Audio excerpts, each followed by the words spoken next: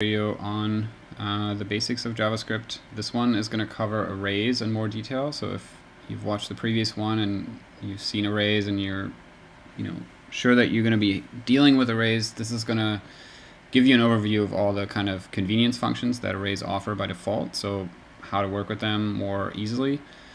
And it's going to cover how to find items in arrays and how to deal with arrays that contain other arrays and all kinds of functions about arrays. So as you've seen from the last video, arrays are these kind of lists that can contain anything. So I can make an array like this with the square brackets, and inside of here I can put basically anything. So I can put numbers, I can put text, I can put even another array, right? So here's another array inside of it.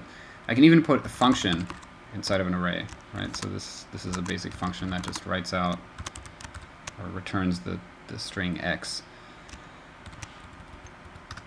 Right, so now if I use console.dir on it, right, I can see there's an array that has 4 elements. The first one starting at 0 always is 3. The second one is the word text.